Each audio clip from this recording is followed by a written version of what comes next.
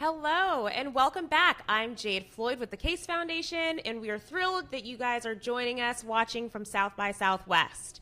So we are here in the American Cities House that's hosted by TechCo and the Kauffman Foundation, and we're having a series of conversations over the course of this day with roughly a dozen investors, influencers, entrepreneurs, as well as ecosystem builders, all in conversations about inclusive entrepreneurship.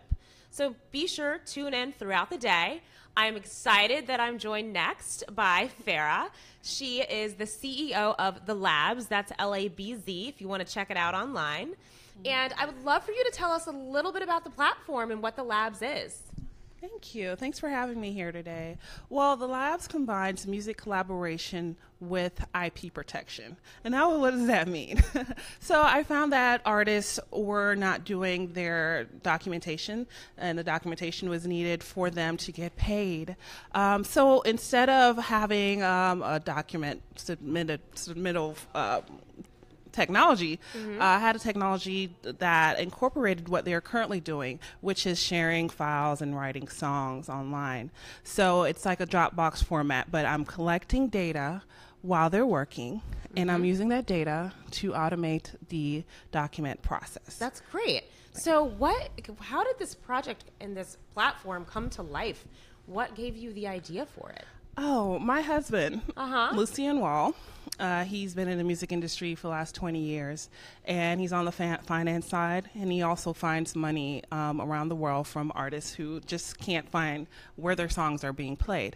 So he used to come home every night complaining about this very same issue, artists being sued or suing people, or them hearing their song in another country and them having no clue as to how did that happen? So and how do they get paid for all that music and the work that they put into it? Yeah, and we all hear stories of the old jazz musicians or rock bands, and a member leaves and they never get paid, and there's just a bunch of suing going on, and a lot of not documenting who wrote what. So that me being in management consulting.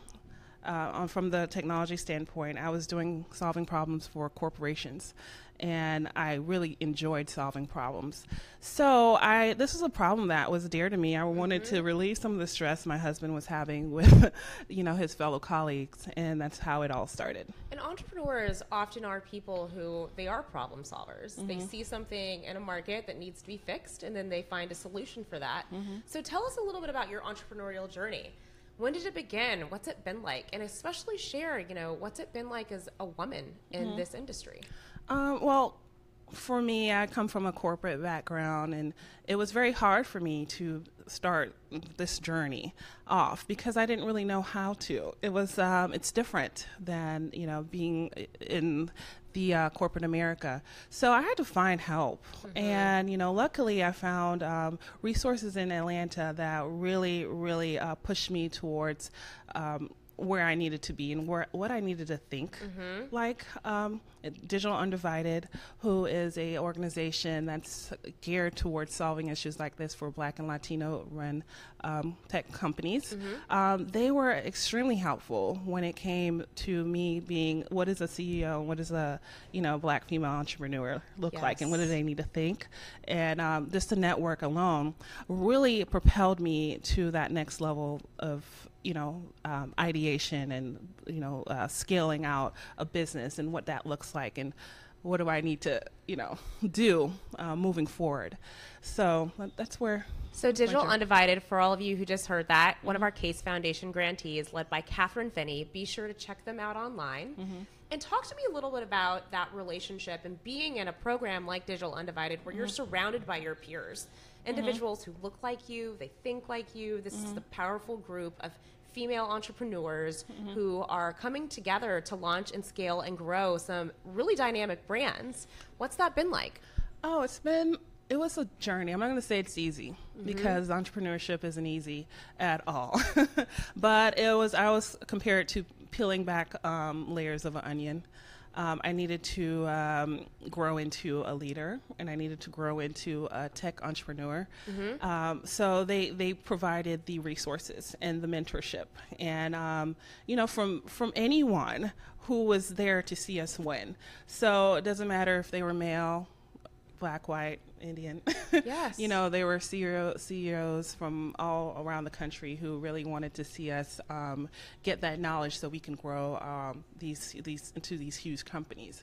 So they provided that, and changed the mindset as to what I thought I was capable of, or what good was. It's good having a everyday company that's making a couple millions a month or a year. I wish a month. Soon to be a month. Soon to be a month. Or am I capable of having $1 billion company? And do we know people like that? Because sometimes all it takes is for you just to meet someone that is in that bracket for you to feel that you can be there as well. Exactly. So they provided that network to us, as well as education around how this whole thing operates and what you should know. So talk to me a little bit about what's next for the company. Where do you anticipate that it will be in the next year? So we were accepted into NBC Comcast's accelerator, The Farm, in Atlanta, Georgia. So I'm really excited about that. They're a great brand, and they have Boomstown is operating the back end of that, and they have a great reputation for pushing out founders to the next level. Yes, they do. Also, we're releasing our beta next month. And we're working towards getting influencers in the music industry to really, first of all, make sure they copyright all their stuff and use our technology. But, we want to be that go-to resource for musicians. When you're creating music and when you're writing songs, you need to use our platform. It's just there's no other option other than protecting your work so that you don't have to go through what other people go through today. So that's where we're heading towards. And if an artist is watching and they'd like to use the platform, how can they do that? How can they get in contact with you all? Okay, well, if you go to the LABZ with a Z, LABZ, the THELABZ.com. You can sign up, and once we are live with our beta, we invite everyone to come check us out and provide their feedback.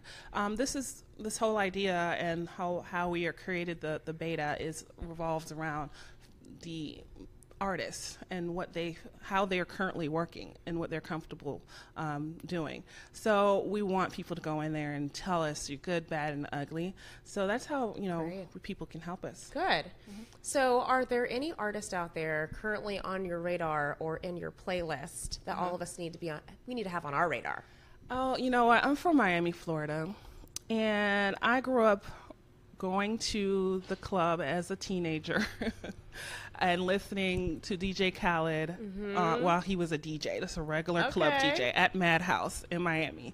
And to this day, he is the same person, positive, and very good at strategy and business. He's the same person he's always been.